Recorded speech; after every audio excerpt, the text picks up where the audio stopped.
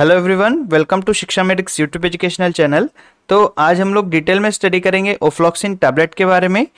जानेंगे इसके basic use, side effects, dose और कॉन्ट्राइंडिकेशंस। तो ओफ्लॉक्सिन के बारे में सबसे पहली बात तो ये एक एंटीबायोटिक मेडिसिन है जो बैक्टीरियल इन्फेक्शन में यूज़ की जाती है। उसी के साथ फ्लोरोक्विनोलोन्स क्लास का ये मेडिकेशन है। It work by killing bacteria और प्रिवेंटिंग देयर ग्रोथ, मतलब कि बैक्टीरिया को किल करने के लिए और उनकी ग्रोथ को रोकने के लिए इस एंटीबायोटिक का यूज़ किया जाता है। अगर हम ओफ्लॉक्सिन के डोज की अगर बात करें तो टैबलेट फॉर्म में ओफ्लॉक्सिन आता है। उसी के साथ आई ड्रॉप, ईयर ड्रॉप में भी ओफ्लॉक्सिन होता है। उसी के साथ ओफ्लॉक्सिन की आईवी भी होती है जो इंट्रावेनस हम देते हैं।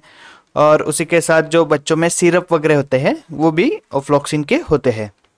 अगर हम इसके यूज़ देखें तो निमोनिया एंड लंग इन्फेक्शंस, मतलब कि लंग्स के रिलेटेड कोई भी इन्फेक्शन हो तो वहाँ पे इसका यूज़ किया जाता है। उसी के साथ ब्लैडर इन्फेक्शन जैसे सिस्टाइटिस वगैरह हो गया।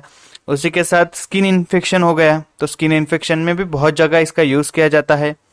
और इन्फेक्शन ऑफ रिप्रोडक्टिव ऑर्गन्स, मतलब रिप्रोडक्टिव जो ऑर्गन्स होते हैं वहाँ पे अगर इन्फेक्शन है तो उस कंडीशन में भी इसका यूज़ किया जाता है।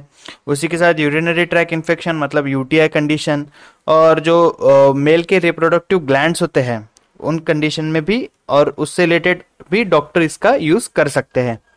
अगर इसके आई ड्रॉप की हम बात करें तो दो कॉम्बिनेशन के साथ जनरली ये रहता है और सिंगल में भी मिल जाता है, मतलब ओफ्लॉक्सिन ओनली ओफ्लॉक्सिन कंटेंट के साथ भी आई ड्रॉप आ जाएगा या फिर डेक्सामेथासोन रहता है उसके साथ, ऐसे कॉम्बिनेशन भी मिल सकता है। अगर इसके हम यूज़ की बात करें तो कई प्रकार के बैक्टीरियल इन्फेक्शन में यूज़ किया जाता है, जैसे कि कंजस्टिवाइटिस हो गया, कोरोनल अल्सर्स हो गए, तो उन कंडीशन में इसका यूज़ किया जाता है आँखों के कंडीशन में। अब अगर इसके डोज की हम बात करें, ओफ्लॉक्सिन का जो डोज होता है, अगर हम लोडिंग डोज की बात करें तो 200 से लेके तो 400 मिलीग्राम तक दिन में एक बार हम दे सकते हैं, मतलब 200 मिलीग्राम सुबह दे दिए, 200 मिलीग्राम शाम में दे दिए। और मेंटेनेंस डोज, मतलब कि जारी रखने वाला डोज हम देखें तो 100 मिलीग्राम से लेके 200 मिलीग्राम, मतलब सुबह 100 मिलीग्राम दे दिए, शाम में 100 मिलीग्राम दे दिए, तो ऐसा हम डोज दे सकते हैं। लेकिन जनरली लोअर डोज से शुरू करना चाहिए कोई भी ड्रग हो।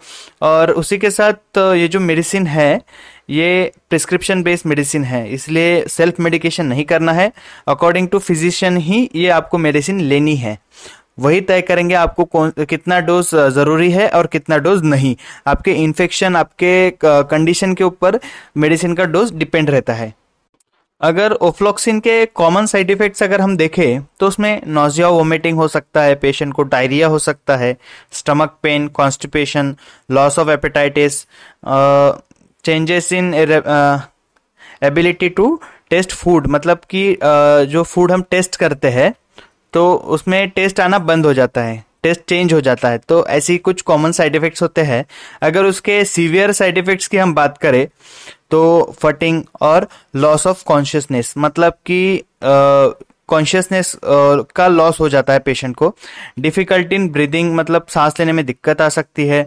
उसके साथ स्वेलिंग आ सकती है आँखों में, मुंह पे, लिप्स पे, फेस पे, और टंग, थ्रोट, हैंड, फीट, लोअर जो लेग्स रहते हैं यहाँ हर जगह स्वेलिंग आ सकती है, सूजन आ सकती है।